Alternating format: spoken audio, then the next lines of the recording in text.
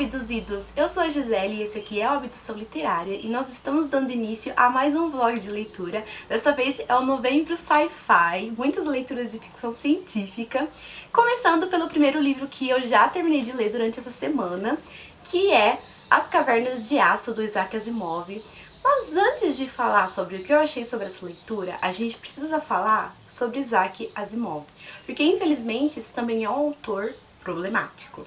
Nesse ano também eu li a trilogia da Fundação e logo quando eu comecei a ler o livro eu me deparei com um post do blog Sentimento de Leitor falando sobre alguns autores problemáticos. E assim, eu vi a foto do Isaac Asimov lá, eu pensei, gente, eu não acredito. Então assim, a princípio eu pensei, eu não vou ler esse post ainda, porque eu tô lendo um livro dele, então eu não quero que isso me influencie. Só que mesmo fazendo isso, não deu muito certo, porque o que ele deixa transparecer também nas suas obras, né? Então, para vocês terem uma ideia, a trilogia Fundação são 3 livros compilados numa edição só, a edição nova, definitiva da editora Aleph, e lá, no primeiro livro, ele não faz nenhuma menção às mulheres. E assim, apesar de terem vários personagens masculinos, não tem uma personagem mulher. Então eu já comecei esse estranhamento, eu já li um livro dele, que é Eu, Robô, foi o primeiro e único livro que eu tinha lido até então, e é um livro que eu adoro, é um livro favorito, e eu comecei a achar muito estranho isso, né? Era como se não existissem mulheres naquele universo. Então eu continuei a leitura e assim, ao longo dos 3 livros, existem sim personagens femininas, ele dá destaque a 2, até nos 2 últimos livros, mas assim, não condiz com a nossa realidade, porque a cada 20 personagens homens, uma era mulher. Então assim, eu fiquei bastante frustrada e já comecei a adivinhar que as polêmicas sobre ele envolvia então as mulheres.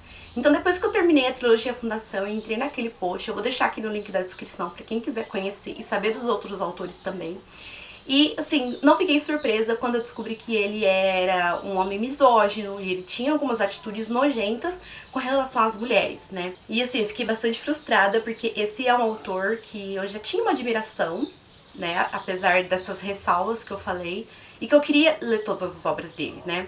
Então assim, eu decidi continuar lendo, mas assim, eu vou ter sempre um olhar mais crítico com relação à obra e não sei como vai ser essa relação, né? Aqui, por exemplo, nas Cavernas de Aço, é uma trama bastante interessante. Eu gostei do livro, confesso que eu esperava mais, porque eu escutei muitas coisas sobre ele, mas assim, com relação às mulheres, a gente tem algumas personagens femininas, mas elas estão assim em posições bastante estereotipadas, né? Então, não foi uma surpresa. E querendo ou não, isso causa um certo ressentimento com relação à obra. Então fica difícil separar a obra do autor quando ele deixa transparecer o que ele é nas obras dele, né? Mas então, falando um pouquinho sobre a história, aqui a gente tem um mundo futurístico onde a Terra ela ficou superpopulada. E aí a gente tem as grandes cidades, né? Por exemplo, aqui a gente tem a história em Nova York, que é uma cidade que abriga 20 milhões de pessoas. E aí, para poder abrigar tantas pessoas assim, eles construíram prédios enormes, né? Que algumas das pessoas nem conseguem mais ver a luz do sol ou enxergar o céu de tão altos que são esses prédios para poder suportar tantas pessoas. E é por isso que o livro chama As Cavernas de Aço, que é onde essas pessoas moram. E aí, há um tempo antes da história, os terráqueos começaram a colonizar outros planetas. E aí eles ficaram conhecidos como siderais. Então eles meio que se distanciaram da Terra, até mesmo do governo, e meio que começaram a colonizar. E quando eles voltaram, eles estão diferentes, né? É quase uma espécie diferente. Eles erradicaram a doença entre eles, então eles são absolutamente vulneráveis às doenças da Terra. E conforme eles voltaram para a Terra, eles também começaram a utilizar muito os robôs, né? E apesar dos robôs serem uma criação humano, a criação dos terráqueos, aqui na Terra ainda tem muita relutância em aceitá-los, principalmente porque eles começaram a substituir muita mão de obra humana. Então, alguns humanos começaram a perder o trabalho e serem ainda mais rebaixados por causa de robôs. Então existe um preconceito contra os robôs, bastante complicações para aceitar, enquanto os siderais já estão criando robôs assim, humanoides, que se parecem verdadeiramente com humanos e convivem entre eles, né? E aí a gente tem então a Vila Sideral, e lá então aconteceu um assassinato de um doutor e um embaixador muito importante. E assim, existem várias suspeitas de que foi um terráqueo. Então eles designaram o Elia, ou Elijah, não sei direito como fala, para tentar descobrir quem foi o assassino. E junto com ele, eles também designaram um sideral, mas esse sideral é um robô, que é o Daniel. Então assim, a coisa mais legal desse livro aqui é acompanhar o relacionamento entre esses dois, porque o Elijah, como um terráqueo, ele também tem preconceito, ele também tem essa relutância em aceitar os robôs. E aqui a gente acompanha o relacionamento entre os dois e foi a coisa mais interessante do livro, né, que eu achei. E também perceber as raízes desses preconceitos, né. E eu acho que fora isso, assim, o começo do livro foi bem deprimente, assim, ver a situação da Terra. E até metade do livro essa situação vai se desenvolvendo e não tem um pensamento crítico, então eu fiquei assim bem angustiada e fiquei assim quase com falta de ar por ver a situação que eles vivem aqui, então isso foi bastante interessante.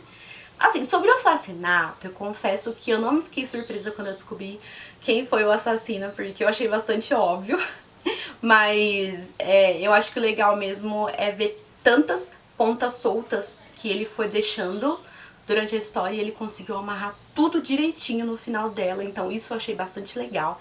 Eu confesso que eu esperava mais, porque eu já ouvi falar muito bem desse livro, e eu acho que, pelo assassino ter sido tão óbvio, eu acho que isso fez com que eu não gostasse tanto do final, mas assim, foi uma obra ok, que eu gostei, mas que eu esperava mais. Depois desse livro aqui, eu comecei a ler Laranja Mecânica, finalmente! Eu não assisti o filme ainda, então essa tá sendo minha primeira experiência com Laranja Mecânica. E assim, a introdução é bem legal porque ela te prepara para o que está por vir. Então o Fábio Fernandes, que é o tradutor também que fez a introdução, ele fala: você vai se sentir muito confuso, mas é normal, é proposital, é isso que o autor queria, que aos poucos você vai se ambientando, né? Porque aqui o autor, ele cria uma gíria própria para esse universo aqui.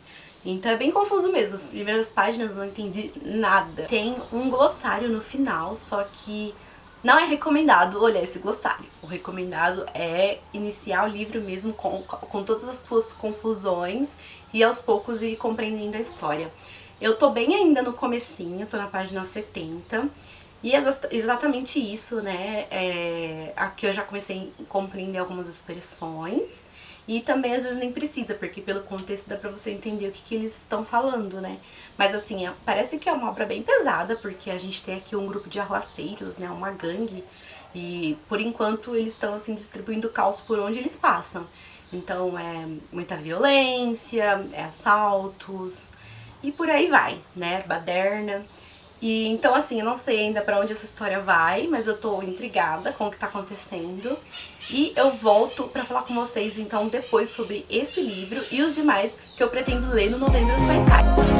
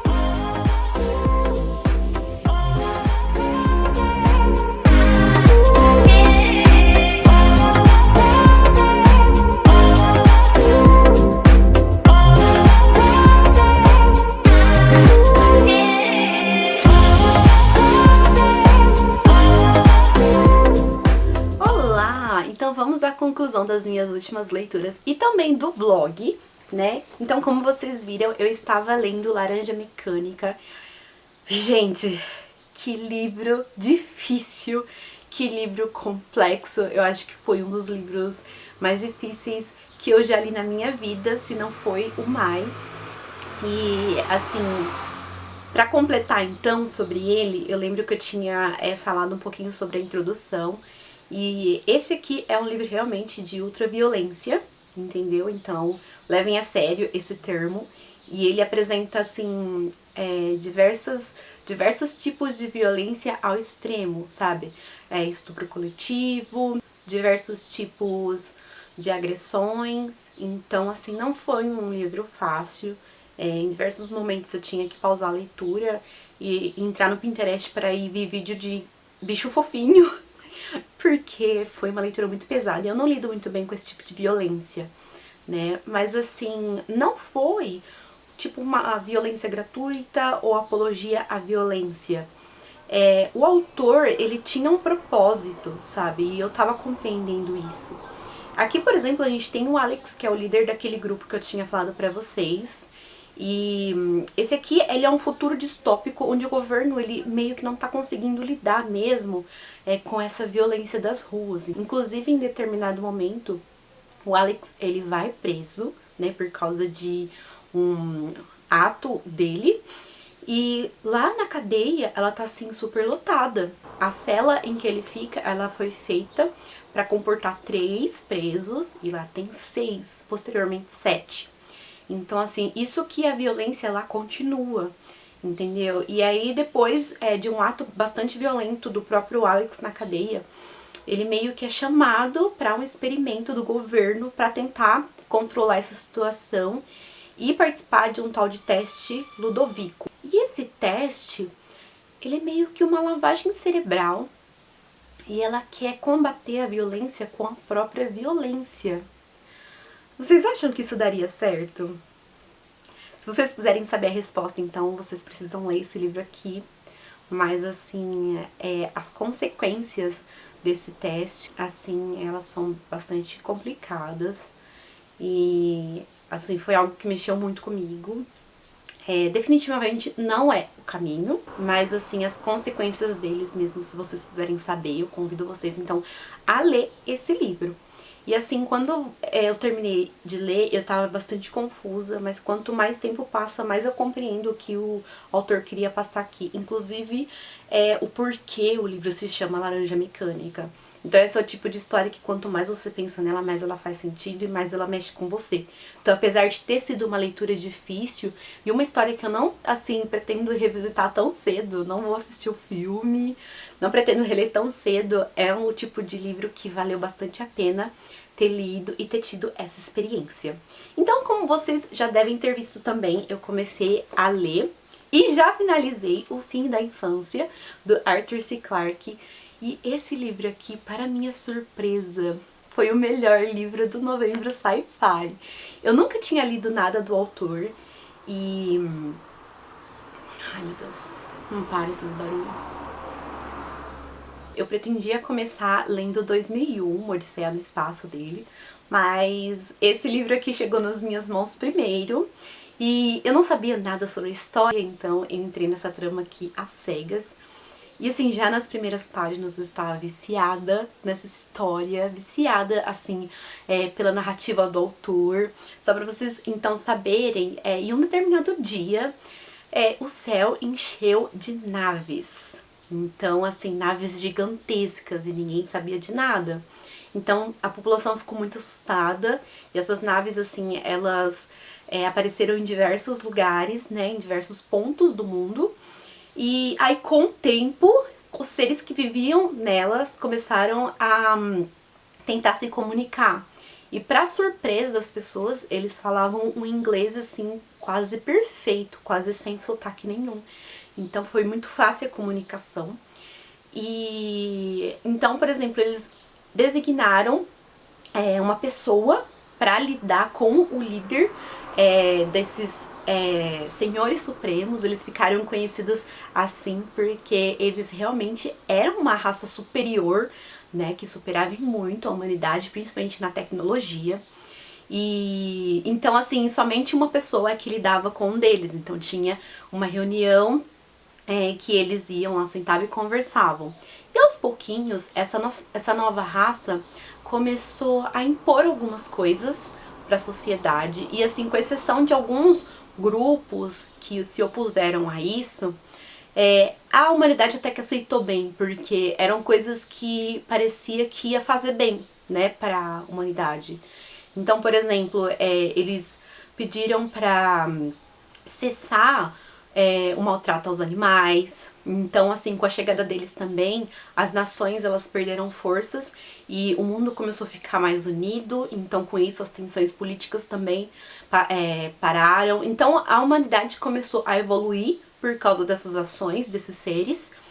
E só que existiam muitos mistérios, né, permeando essas raças, porque eles chegaram para contribuir com a Terra, mas assim, em nenhum momento eles mostraram o propósito deles, né? O porquê que eles estavam aqui, o porquê que eles estavam ajudando a Terra, ou se eles iam cobrar, ia querer algo em troca posteriormente. E um dos principais mistérios que permeiam essas criaturas também, é que ninguém nunca as viu, nem mesmo o representante, né, o Stormwind. Então ele sempre, nas reuniões, ele sempre ia até a nave desses seres, e lá ele tinha uma reunião, mas era em áudio, ele não conseguia ver. Então por que que eles não se mostravam, né? O que que eles queriam esconder? E assim, existiam várias sátiras sobre quem eles poderiam ser, quem eles eram, como eles eram.